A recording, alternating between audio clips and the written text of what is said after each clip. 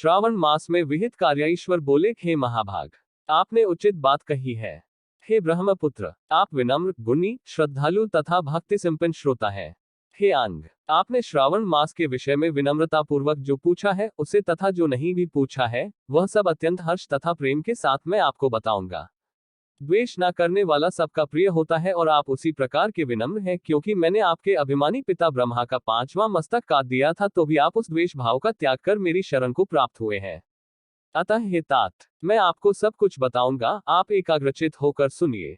हे योगिन, मनुष्य को चाहिए कि श्रावण मास में नियम पूर्वक नक्तव्रत करे और पूरे महीने भर प्रतिदिन रुद्राभिषेक करे। अपनी प्रत्येक प्रिय वस्तु का इस मास में त्याग कर देना चाहिए। पुष्पों, फलों, दांतों, तुलसी की मंजरी तथा तुलसी दलों और बिल्वपत्रों से शिव जी की लक्ष्य पूजा करनी चाहिए। 1 करोड़ शिवलिंग बनाना चाहिए और ब्राह्मणों को भोजन कराना चाहिए। महीने भर धारण पारण व्रत अथवा उपवास करना चाहिए। इस मास में मेरे लिए अत्यंत प्रीतिकर पंचामृताभिषेक करना चाहिए। इस मास में जो जो शुभ कर्म किया जाता है वह अनंत फल देने वाला होता है। हे मुने, इस माह में भूमि पर सोए, ब्रह्मचारी रहें और सत्य वचन बोले। इस मास को बिना व्रत के कभी व्यतीत नहीं करना चाहिए। फलाहार अथवा हविष्यान ग्रहण करना चाहिए। पत्ते पर भोजन करना चाहिए। व्रत करने वाले को चाहिए कि इस मास में शाक का पूर्ण रूप से परित्याग कर दे। हे मुनिश्रेष्ठ, इस मास में भक्तियुक्त होकर मनुष्य को किसी न किसी व्रत को अवश्य करना चाहिए।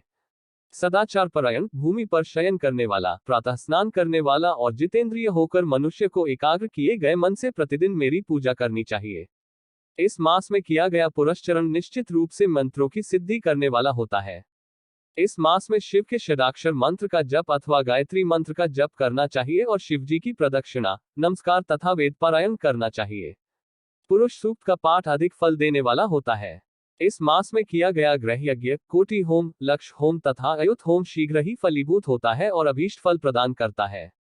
जो मनुष्य इस मास में एक भी दिन व्रतहीन व्यतीत करता है वह महाप्रलय पर्यंत घोर नरक में वास करता है।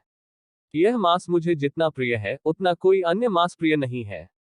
यह मास सकौम व्यक्ति को अभीष्ट फल देने वाला तथा निष्काम व्यक्ति को मोक्ष प्रदान करने वाला है। हे सतम, इस मास के जो व्रत तथा धर्म हैं उन्हें मुझसे सुनिए। रविवार को सूर्यव्रत तथा सोमवार को मेरी पूजा व नक भोजन करना चाहिए।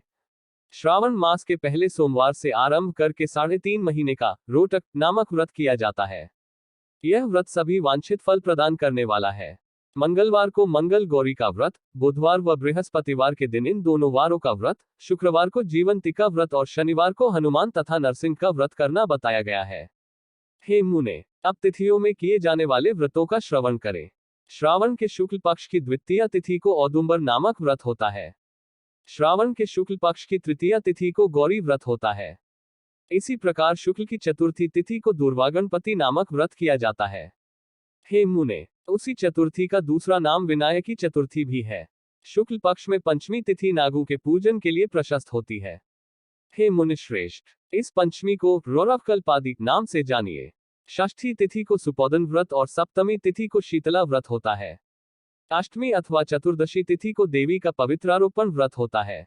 इस माह के शुक्ल तथा कृष्ण पक्ष की दोनों नवमी तिथियों को नक्तव्रत करना बताया गया है। शुक्ल पक्ष की दशमी तिथि को आशा नामक व्रत होता है। इस मास में दोनों पक्षों में दोनों एकादशी तिथियों को इस व्रत की कुछ और विशेषता मानी गई है। श्रावण मास के शुक्ल पक्ष की द्वादशी तिथि को श्री विष्णु का पवित्रारोपण व्रत बताया गया है।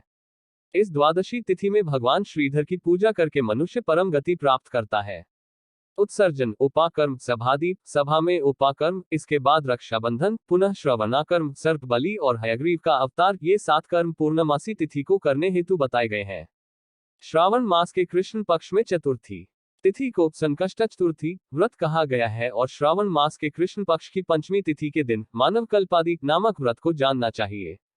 हे द्विजोत्तम, कृष्ण पक्ष की अष्टमी तिथि को श्री कृष्ण का पूर्णावतार हुआ, इस दिन उनका अवतार हुआ, अतः महान उत्सव के साथ इस दिन व्रत करना चाहिए।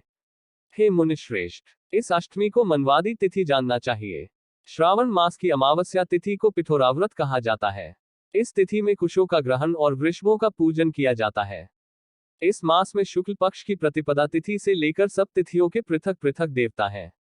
प्रतिपदा तिथि के देवता अग्नि, द्वितीय तिथि के देवता ब्रह्मा, तृतीय तिथि की गौरी और चतुर्थी के देवता गणपति हैं। पंचमी के देवता नाग हैं और षष्ठी तिथि के देवता कार्तिकेय हैं। सप्तमी के देवता सूर्य और अष्टमी के देवता शिव हैं। नवमी की देवी दुर्गा, दशमी के देवता यम और एकादशी तिथि के देवता विश्वेदेव कहे गए हैं। द्वादशी के विष्णु तथा त्रयोदशी के देवता कामदेव हैं।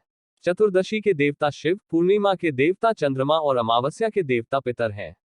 ये सब तिथियों के देवता कहे गए हैं। जिस देवता की जो तिथि हो उस देवता की उसी तिथि में पूजा करनी चाहिए। प्रायः इसी मास में अगस्त्य का उदय होता है। हे मुने, मैं उस काल को बता रहा हूं, आप एकाग्रचित होकर सुनिए। सूर्य के सिंह राशि में प्रवेश करने के दिन से जब 12:40 व्यतीत हो जाती है तब अगस्त्य का उदय होता है।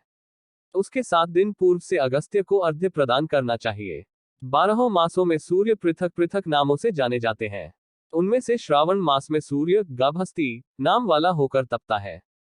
इस मास में मनुष्यों को भक्ति संपन्न होकर सूर्य की पूजा करनी चाहिए।